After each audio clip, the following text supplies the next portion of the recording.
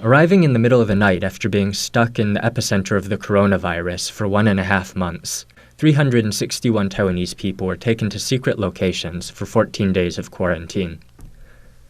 All of them were checked for symptoms of the coronavirus, including a fever. They also had to wear a face mask and protective suit during the flight. However, not everyone on the approved name list made it onto the two China Airline and Eastern Airline planes. Some people were not allowed to board because their body temperature was higher than 37 degrees. Others declined to be tested. The plane was supposed to carry back around 400 people, but in the end they only brought back 361 people. Commander Chen Sizhong of Taiwan Central Epidemic Command Center speculated on the reasons. From the images we see on TV or reports, we see the situation in China's hospitals. Here we feel worried for them. Actually, putting ourselves in their shoes, they might have been worried or have some mild symptoms. They might not mind so much being blocked at the airport.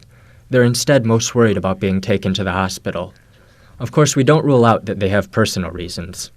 Those who made it back were no doubt exhausted, but also happy. Commander Chen said the two sides had different opinions on how to transport the Taiwanese back safely. He said the Taiwan side believed whatever can be done should be done to ensure that no one infected with the virus gets on the planes. Many of those stuck for so long, however, have complained that differences should have been resolved a long time ago. They pointed out other countries, such as the U.S., that had evacuated their citizens even when they had a fever, isolating them in a designated part of the plane.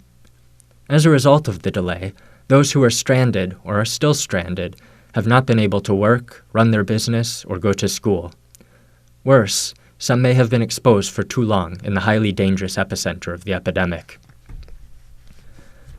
So not everyone is happy. More than 600 other Taiwanese are still in Hubei.